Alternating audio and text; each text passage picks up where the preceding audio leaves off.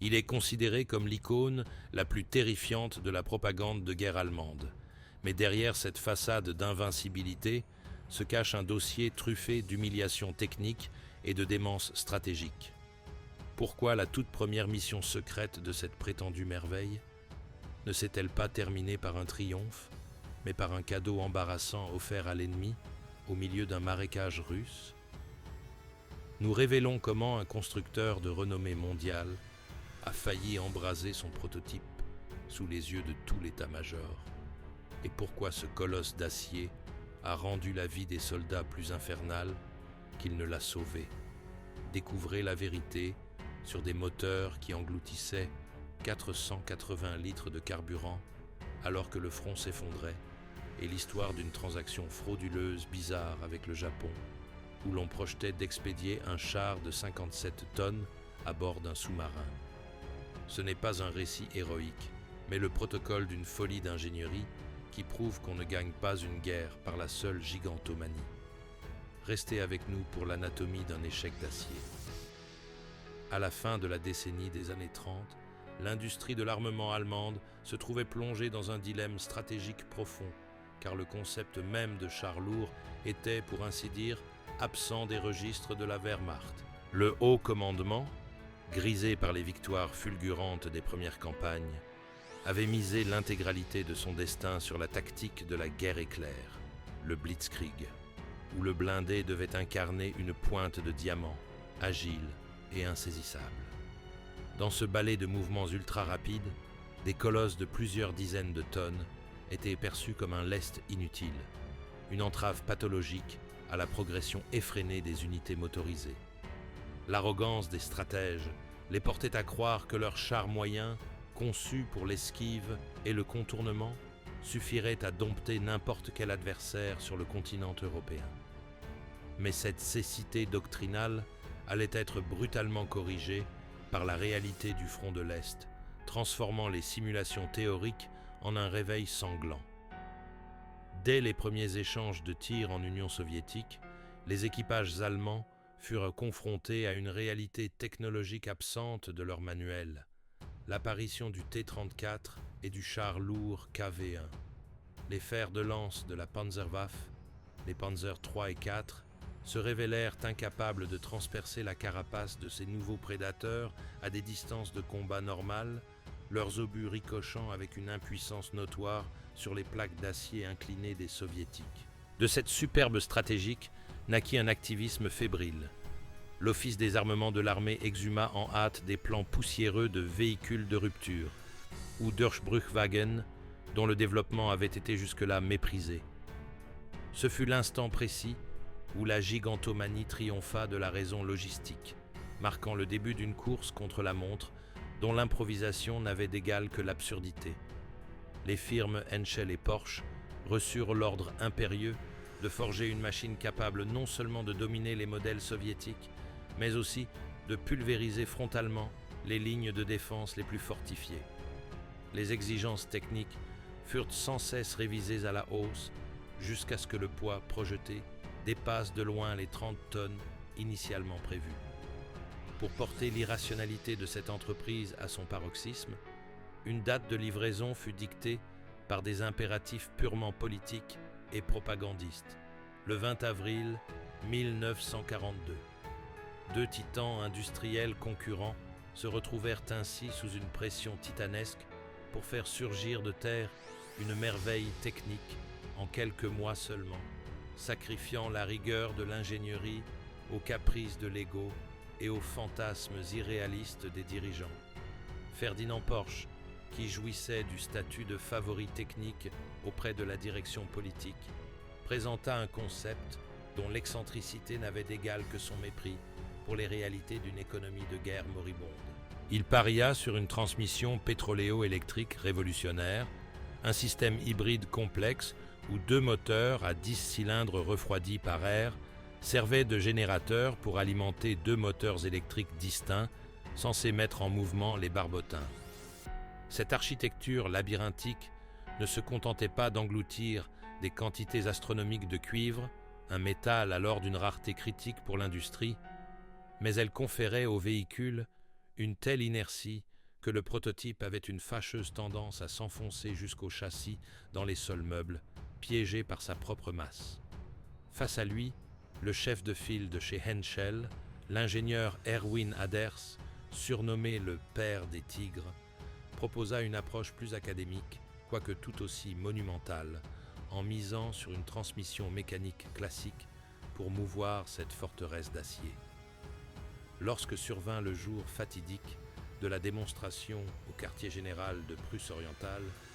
les premiers cauchemars logistiques de ce projet précipité éclatèrent avant même que les moteurs ne vrombissent. Les deux colosses dépassant largement le gabarit des wagons de chemin de fer standard, il fallut paralyser l'intégralité du trafic ferroviaire sur les lignes concernées et mobiliser des grues spéciales de 70 tonnes pour décharger ces monstres. Durant les essais, si le prototype de Henschel fit preuve d'une agilité relative, son moteur atteignit des températures si alarmantes qu'un incendie électrique ou une rupture totale de la transmission ne furent évités que par des pauses forcées. Le modèle de Porsche, quant à lui, sombra dans un ridicule technologique. Sa mécanique sophistiquée, mais totalement immature, s'enlisa dans la boue, tandis que la complexité des commandes paralysait le conducteur. Malgré les défaillances manifestes du vainqueur, dont le bloc moteur opérait déjà à ses limites thermiques extrêmes,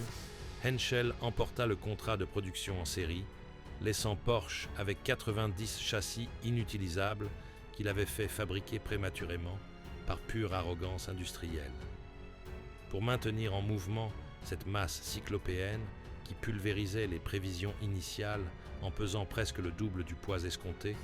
l'ingénieur en chef Aders opta pour une solution technique dont la complexité n'avait d'égal que son hostilité envers toute forme de maintenance. Il conçut un train de roulement à roues imbriqué, un système labyrinthique où 24 galets de roulement s'entrecroisaient sur 4 rangées par côté, afin de répartir la pression au sol sur une surface acceptable et d'offrir une plateforme de tir d'une stabilité absolue. Si ce mécanisme de précision séduisait sur le papier par ses qualités routières exceptionnelles,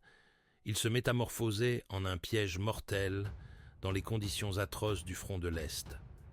La boue visqueuse et la neige s'accumulaient dans les interstices étroits pour geler durant la nuit, transformant le char, au petit matin,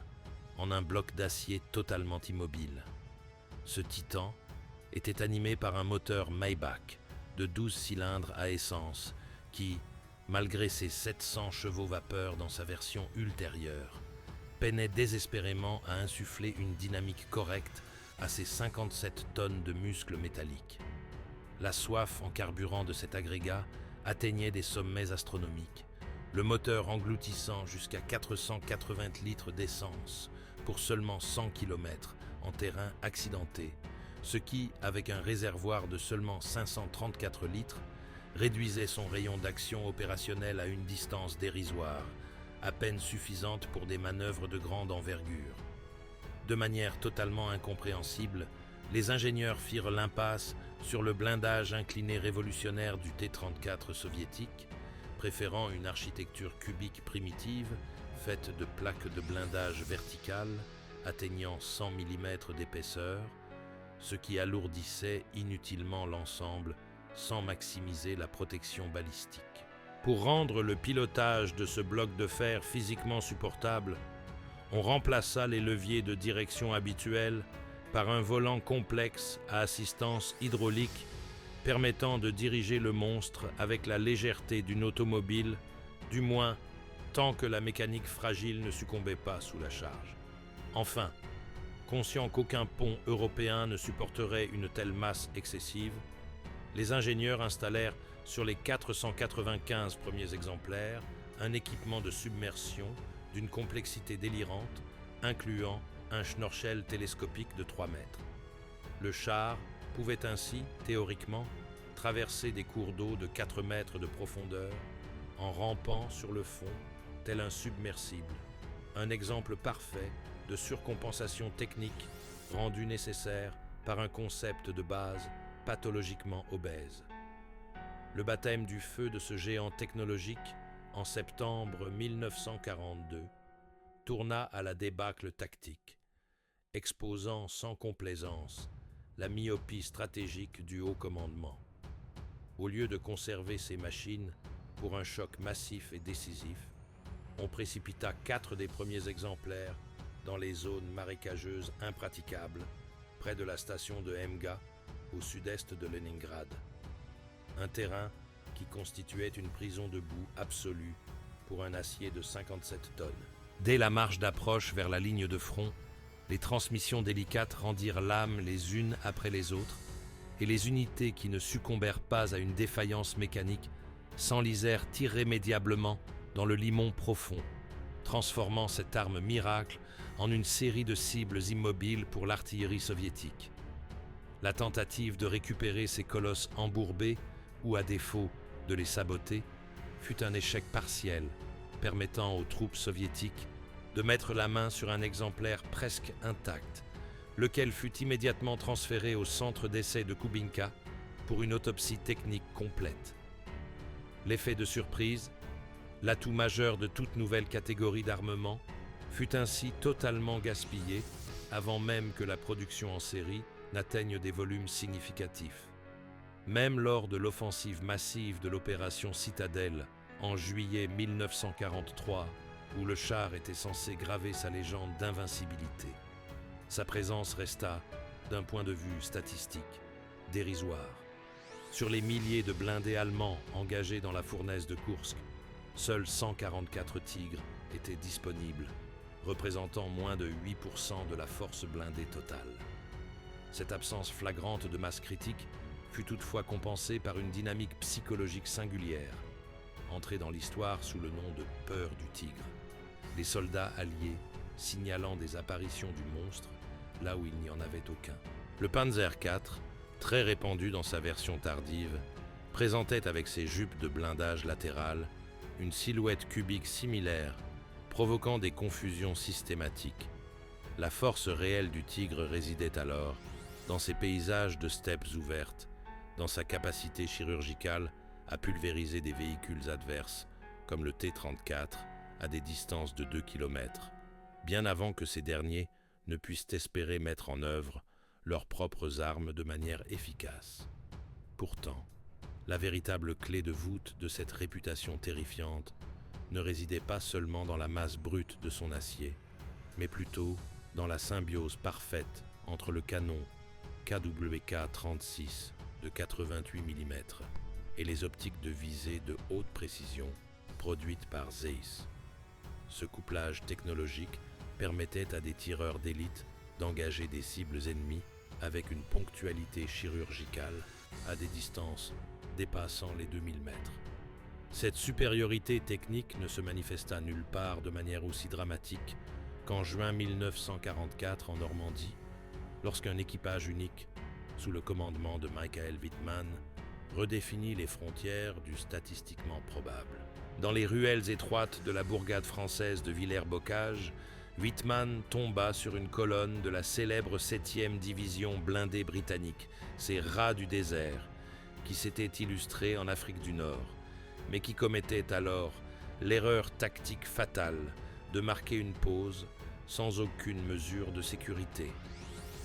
En l'espace de seulement 5 minutes, le commandant allemand fit une démonstration de la puissance dévastatrice du char lourd en combat rapproché. Déplaçant son véhicule parallèlement à la colonne britannique, il métamorphosa méthodiquement, en pleine course, chaque véhicule en un amas de ferraille fumante. Les obus de 88 mm transperçaient le blindage des Cromwell et des Sherman avec une facilité déconcertante à cette distance réduite, les projectiles entrant souvent par un flanc pour ressortir par l'autre, tandis que la riposte britannique s'écrasait comme de la grêle sur la cuirasse frontale du Tigre. Wittmann finit même par éperonner un char britannique qui lui barrait la route, laissant derrière lui un tableau de destruction absolue qui fit renaître, pour un bref instant, le mythe de l'invincibilité, bien qu'il ne s'agisse stratégiquement que d'un simple combat de retardement local. Cependant, même le talent individuel d'un équipage d'exception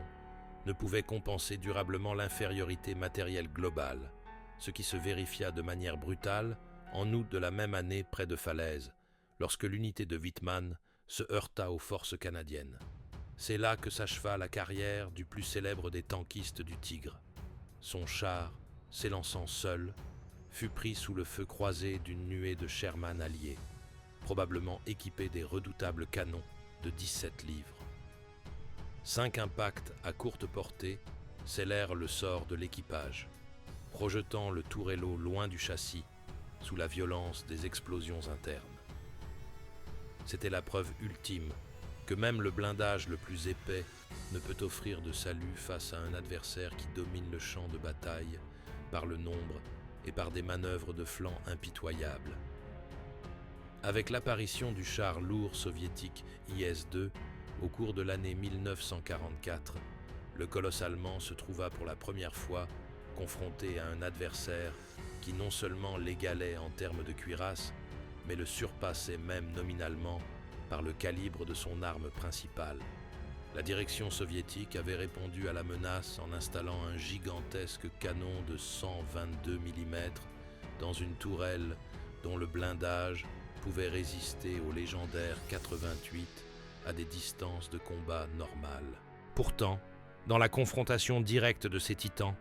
une mathématique asymétrique fascinante se fit jour, prouvant que la force brute ne garantissait pas systématiquement la victoire. Comme le char soviétique utilisait des munitions lourdes à charge séparée, obligeant le chargeur à manipuler séparément l'obus et la douille propulsive, il lui fallait jusqu'à 20 secondes pour effectuer un cycle de tir complet, tandis que l'équipage du Tigre, grâce à ses munitions à étui unique,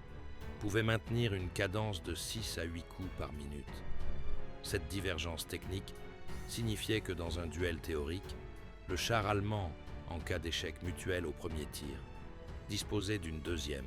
voire d'une troisième chance mortelle, avant même que son adversaire ne soit de nouveau prêt à faire feu. Cependant, cet avantage tactique était payé au prix de carences mécaniques rédhibitoires. Le mécanisme de rotation hydraulique de la tourelle était si anémique qu'il cessait de fonctionner si le véhicule présentait une inclinaison de plus de 5 degrés, rendant l'ajustement manuel du canon presque impossible. Bien plus grave que ces déboires au combat était le cauchemar logistique engendré par le transport de ces machines démesurées, dont la largeur excédait les normes standards des tunnels et des ponts ferroviaires européens. Avant chaque transfert par train, l'équipage devait s'atteler à un travail de forçat de plusieurs heures pour démonter les larges chenilles de combat, retirer les galets extérieurs du complexe train de roulement imbriqué et installer des chenilles de transport plus étroites pour ensuite répéter l'intégralité du processus en sens inverse à l'arrivée. Lorsqu'un de ces véhicules sophistiqués tombait en panne sur le terrain en raison de composants surchargés, ce qui n'était nullement une rareté, son dépannage exigeait un déploiement logistique confinant à la démence. Aucun véhicule de récupération de la Wehrmacht n'étant assez puissant pour remorquer seul ce bloc d'acier de 57 tonnes, il fallait souvent coupler 3 semi-chenillés lourds de type FAMO, l'un derrière l'autre, pour déplacer l'épave de quelques mètres seulement. Cette immobilité fatale fit qu'au cours de la phase de retraite de la guerre, davantage de Tigres durent être sabordés par leurs propres équipages pour ne pas tomber aux mains de l'ennemi, qu'il n'y en eut réellement de détruits par le feu adverse. Alors que les lignes de front se rapprochaient inexorablement des frontières du Reich et que les ressources pour de tels systèmes d'armes extravagants s'épuisaient, on planifiait déjà à Berlin l'une des tentatives d'exportation les plus absurdes de l'histoire militaire pour expédier cette technologie littéralement à l'autre bout du monde. Dans une phase de déni total de la réalité, l'épopée de ce colosse d'acier culmina dans l'un des épisodes commerciaux les plus bizarres de la Seconde Guerre mondiale, lorsque l'Empire japonais manifesta son intérêt pour cette technologie lourde germanique. Après que l'ambassadeur du Japon, le général Oshima, eut observé les chars en action près de Leningrad, un exemplaire unique, entièrement équipé, incluant ses munitions et ses systèmes radio, fut vendu à l'allié d'Extrême-Orient pour la somme astronomique de 645 000 Reichsmarks, ce qui représentait plus du double du prix régulier imposé à la Wehrmacht. Pourtant, l'absurdité logistique de cette transaction surpassait encore de loin la cupidité financière. On projetait sérieusement d'expédier le char en pièces détachées à bord d'un sous-marin vers le Japon, alors que la seule caisse blindée soudée pesait à elle seule 29 tonnes et ne pouvait passer par aucune écoutille. Ainsi, le char déjà payé resta immobilisé à Bordeaux, attendant en vain une possibilité de transport physiquement impossible, avant d'être finalement réquisitionné par la Wehrmacht en septembre 1944 pour être consumé dans les combats de retraite sur le front de l'Ouest. Les autres tentatives d'exportation ne restèrent également qu'une note de bas de page de l'histoire, car seule l'armée hongroise reçut une poignée de ces machines au cours de l'été 1944, tandis que 3 exemplaires prêtés brièvement aux Italiens furent immédiatement récupérés après la capitulation de ces derniers. Au terme de la production, seuls 1354 véhicules achevés faisaient face à un déluge de dizaines de milliers de T-34 soviétiques et de Sherman américains, illustrant l'inutilité stratégique de l'ensemble du projet. Même au cours du mois le plus productif, en avril 1944, seuls 104 chars quittèrent les halls de montage, un chiffre qui, face aux pertes simultanées sur les fronts, ne représentait même pas une goutte d'eau sur une pierre brûlante. Le Tigre s'est ainsi révélé être un exemple classique de la folie des ingénieurs allemands, cherchant systématiquement à résoudre les problèmes techniques par un surplus de masse et de complexité, au lieu de privilégier la facilité de production et la fiabilité. Il fut un chef-d'œuvre tactique, capable de garantir une supériorité locale dans des situations défensives favorables, mais d'un point de vue stratégique, il fut un gaspillage des ressources les plus précieuses, qui, loin d'enrayer l'effondrement inévitable, ne fit que l'accélérer par son coût démesuré en entretien et en carburant. L'histoire de ce char ne s'achève pas comme le triomphe d'une arme miracle, mais comme la preuve que même le blindage le plus épais et le canon le plus précis sont impuissants face à la mathématique simple mais impitoyable de la fabrication industrielle de masse et de la réalité logistique.